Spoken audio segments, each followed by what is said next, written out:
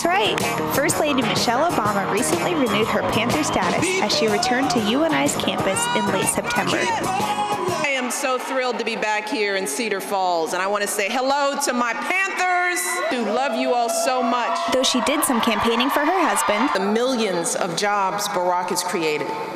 Tell him about how he passed health reform. Tell him about all the kids who will now be able to finally afford college. Tell them how Barack ended the war in Iraq. How we worked together and finally took out Osama bin Laden. How our brave men and women in uniform will never again have to lie about who they are to serve the country they love. The First Lady also addressed other important issues. Make sure you're registered, all right? Especially if you just moved. Students, if you registered and you moved, you got to re-register, right? Or if you've never voted before, you've got to register. And once folks are registered, make sure they get to the polls, cast their ballot on election day. If they don't know where to go, here's more information. Go to gottaregister.com. You don't even need to leave your room. Go right there. You can find everything you need to make your voices heard this election day. Students were informed of how vitally important it is to not only vote, but to vote early in Iowa. Here in this state, it is already election day. Today is election day. You got a whole month to make it happen, a whole month to vote. Don't procrastinate. No procrastination. Make it happen. Do it today. So we've got to turn all of this wonderful energy into action. That's the next step. We've got to work right up to the very end. So if you vote early, you can use all that time to find other people, you know? Multiply yourselves. Find your 5 more friends that you know aren't registered. Get them to vote early. We cannot turn back now. No, not now.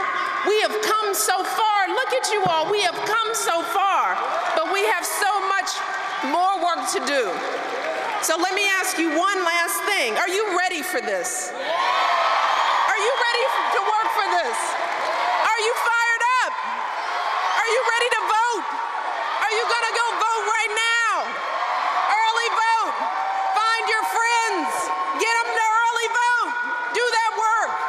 Thank you, guys. God bless you. Use your voice in this year's election. Vote.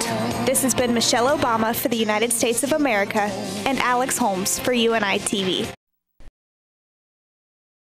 Veterans Student Service Committee and UNI Veterans Association came together to bring awareness to the issues of rape and sexual assault in the U.S. military with the showing of the groundbreaking documentary, The Invisible War.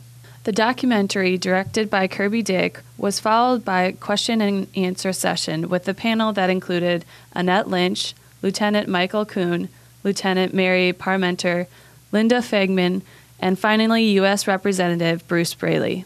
The audience had the chance to ask their questions about the film and how it pertained to the real-life military. About the woman that was had her face crushed and has had difficulty with VA to settle her situation. Isn't in that particular case possible for a congressman or senator or someone to step in and help that poor woman resolve that? Lieutenant Mary Parmenter explains how the military is educating incoming soldiers and how they can prevent these issues from arising in the military. The new school of thought that we teach for risk reduction in bystander intervention is to educate our force on how does my bottle buddy protect me from sexual assault and identifying a perpetrator or a possible perpetrator to protect me and everybody else that's involved in the situation. And we do risk reduction aside from sexual assault in terms of substance abuse and reducing alcohol promoted events and all kinds of things to reduce our risk of sexual assault and other issues that our service members are having. Sarah McDowell, who is now a student at the University of Northern Iowa, speaks about her positive experience in the military. I looked over my shoulder to look for the red carpet. I had never been, treated so well. So, I can honestly say, a lot of people, may have some issues, but I can honestly say, there's lots of VA employees. The VA is there to serve, the DoD members. After the event, I had the opportunity to talk to U.S. Representative Bruce Braley about the documentary and how it pertains to the UNI students.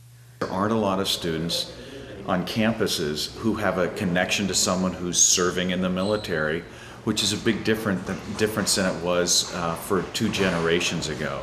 So they may have friends who know someone who serves in the military, they may have a high school classmate serving in the military, but this film brings to home the challenges we face in protecting men and women who sign up to serve their country and who are subjected to military sexual assault while serving their country. Reidy continued to explain how he is a part of the Veterans Affairs Committee and how they strive to help returning soldiers. It's their friends, their family members who have to be educated to be aware of changes in their behavior so that they can get the help, the counseling, and the treatment that they need. And that's one of our biggest challenges on the Veterans Affairs Committee, is making sure we have systems and programs and professionals and support networks in place to give them the resources they need. If you want to take action and help those out, you can sign a petition, sign up to host a screening of the movie, or simply join a social network that supports the invisible war. Go to www.notinvisible.org. On Monday, students and faculty members gathered in the Mocker Union Ballroom in attendance to the 2012 International Education Week kickoff event. Live music was played, along with a performance by the International Dance Theater.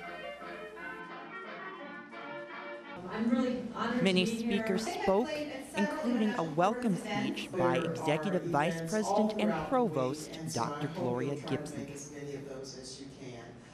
It will be very, very educational. Magdalena Galloway, the keynote speaker, spoke about her experiences as an international student at UNI and what she has learned from her experiences.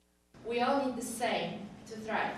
We need healthy access to the water, access to schools, have some kind of police system or firefighters, and all these things that we need, that is obvious for us, not so obvious for younger students before they start thinking about it. So we're all thinking that doesn't matter where we're from, we are really the same.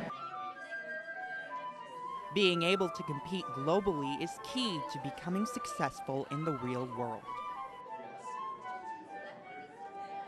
Whether we like it or not, we're going to have to face diversity in our everyday lives, whether it's in work or just out in the public at any time. We're going to have to learn how to deal with different people.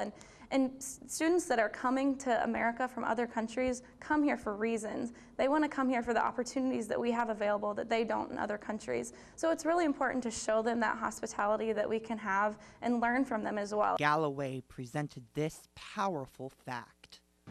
In a global village of 100 people, only one person will have a college education. Think what we can do with that. Reporting for UNITV, I'm Dakota Funk. Last Monday, the student organization To Write Love on Her Arms hosted the evening event, Living Your Story, where anyone interested could attend. The purpose of the event was to celebrate all lives and put focus on their campaign, Fear versus Dreams. Natalia Nielsen has more on that story. On the first day of October, the Hemisphere Lounge in the Union hosted an event called Living Your Story. Living Your Story is an initiative by the student organization To Write Love on Her Arms, and in the course of the evening, anyone interested could sit either as a member of the audience and observe, or join in themselves with their personal story. The organization described their purpose as being dedicated to presenting hope and finding help for people suffering with depression, addiction, self-injury, and suicide. The president of To Write Love, Taylor Mackenzie Ash, elaborates. To Write Love on Our Arms is a nonprofit movement that's dedicated to helping people struggling with suicide, self-injury, addiction, and depression. We strive to let people know that rescue is possible and that your story that you're living right now is important. To Write Love on Our Arms has started out kind of by accident selling t-shirts that said To Write Love on Her Arms to raise money for a girl named Renee to get help with her drug detox and get the treatment and the help that she needed. It started with a 5-day intervention of just love and music and stories to help Renee, and it grew look into this international, organization that just wants to help people and let them know that rescue is out there and we love you and hope is real. Anyone who felt like it could share their story that evening, and one of those who took up on the offer was Austin Smith, a freshman. This wasn't the first time I've gotten up and shared my story before, but it doesn't really get much easier every time you do it. But I know a lot of people, all they really need is an extra push, maybe one other person who's able to get themselves up there to do it. So, I have some experience with public speaking, so I'm willing to get up there and hopefully be that push that somebody might need to feel comfortable to trust everybody with their story. If you're interested in joining the organization or just learning more about it, they meet every Monday at 9 p.m. in the Elm Room in Mocker Union. For UNITV, this is Natalia Nielsen. Thank you, Natalia. For more information about the organization, visit www.twloha.com.